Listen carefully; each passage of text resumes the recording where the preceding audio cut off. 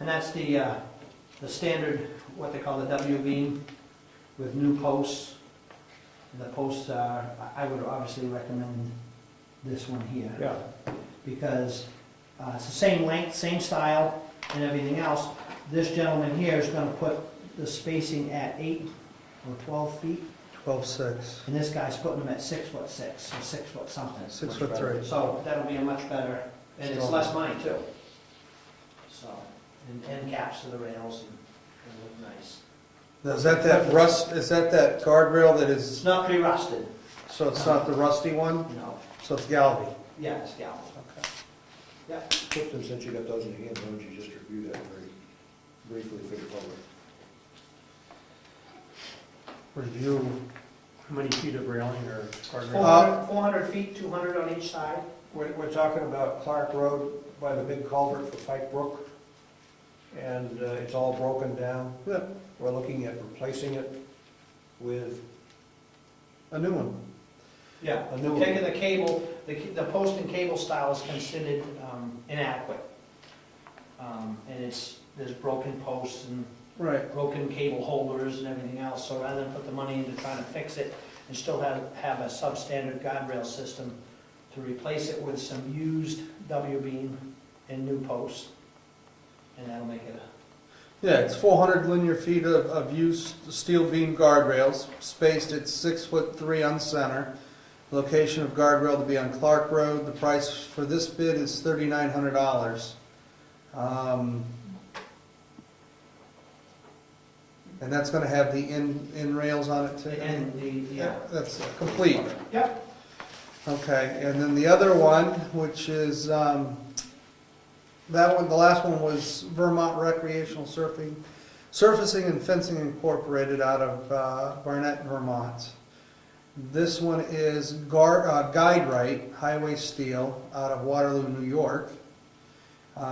They're going to install used corrugated beam on 4x6 post at 12-foot 6-inch centers.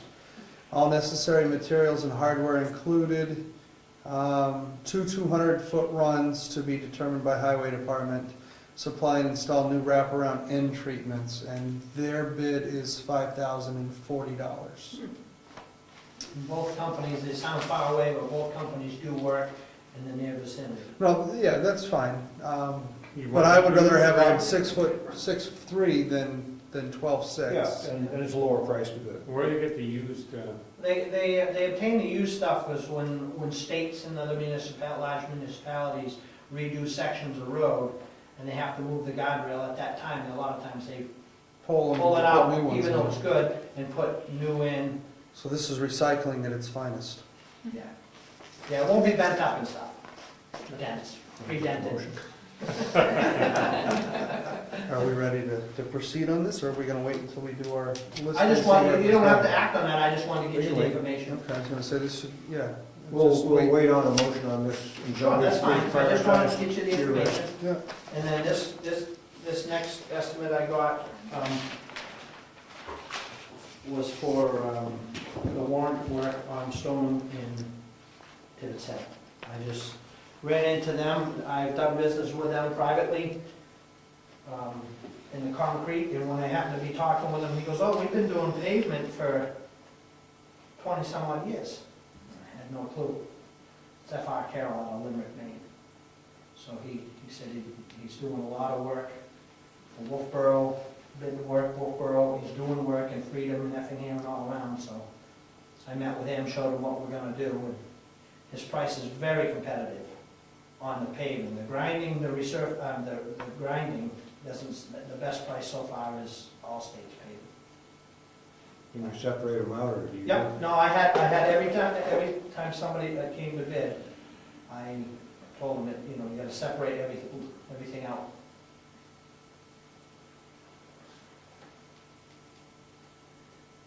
do you anticipate that he'll come down to match Allstate or not? I'm not sure.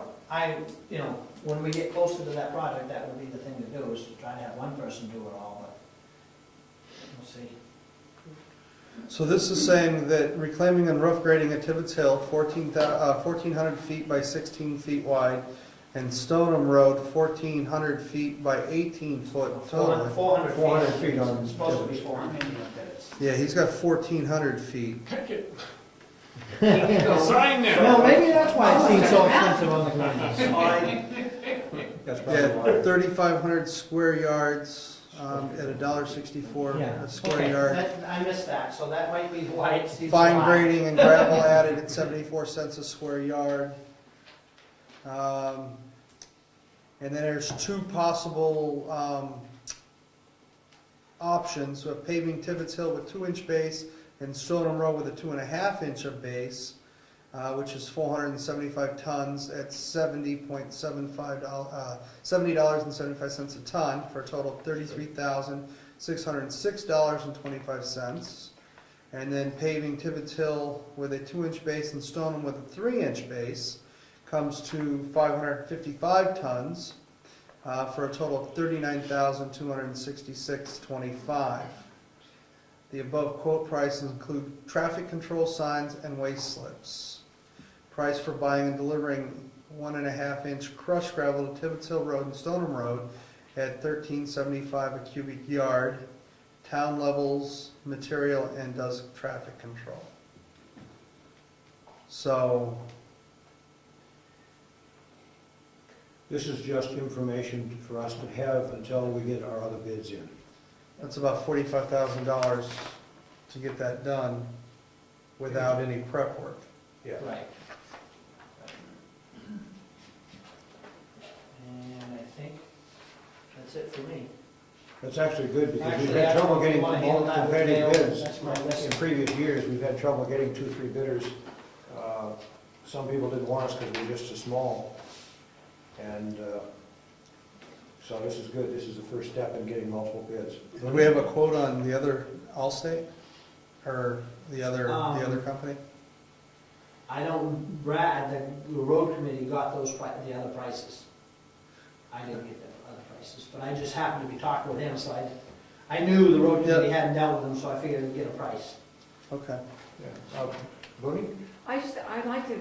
I can't remember where this is it the intersection of Tibbetts Hill and Stone you're talking about? Yes, the Yep. 4 corners. It That's right there It in the actually four starts corners. at Cecil Wentworth's driveway Yep, on the little knoll, right. comes towards the 4 corners, and there's a dip there that collects water. Right. We'll straighten all that, it'll be one long, So it's Gradual. actually, it's the crossroads right there. Yep. Yes. And then it goes down You're and- going up Tibbetts Hill just a little bit. 400 feet. just shy of Mary Lou's driveway. Just shy. This is why I was asking my question, to see if I could get Mary Lou involved. The former treasurer. So it's just short of, just short of her driveway. Yeah, Actually, just after. Just So after. it'll drain, okay, good. Okay. and then it goes down in front of Nate Weeks' house. Past 8 weeks. Past Past right. 8 weeks. And how far down is How far determined? past Nate Weeks? Down into the corner. We don't know until we know the price of the tar, asphalt. Okay, That's just limited by our well, budget. okay, okay. But that's the plan. It might be 1,200 feet, it might be 1,400 feet. But we We're do projecting want, we 1,400. do want to get the 400 feet onto the Tibbetts Hill for sure.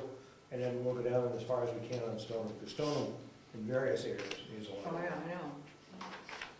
It's been a long time since there's been any pavement on that road. Okay, and I have a letter. Just one question, when do we need it for a time frame to line all this up? Are we at Well, the time?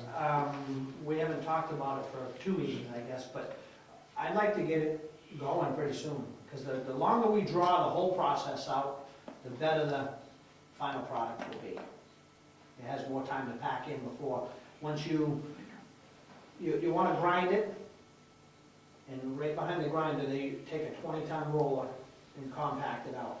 Let the traffic run on that.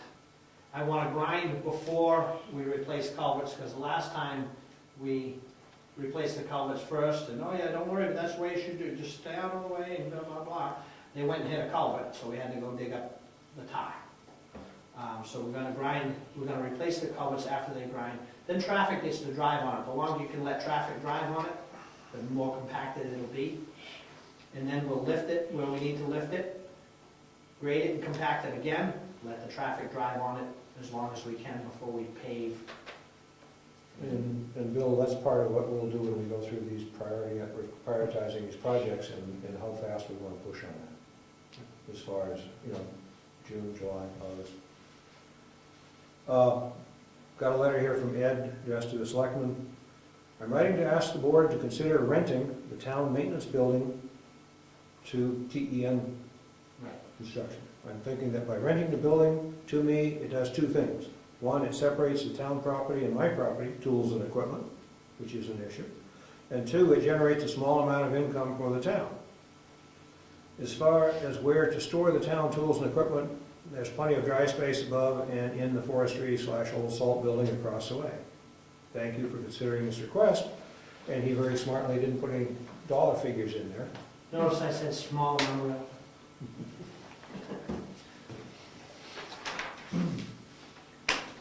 I think the concept is good.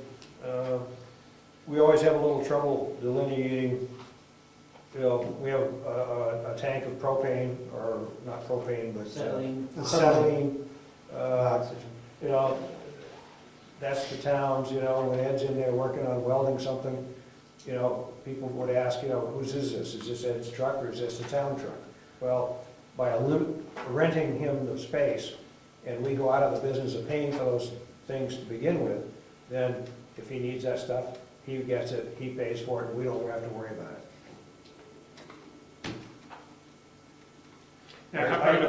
And I'm looking for the other two selectmen to make comments, because I see at least one of them shaking his head, so.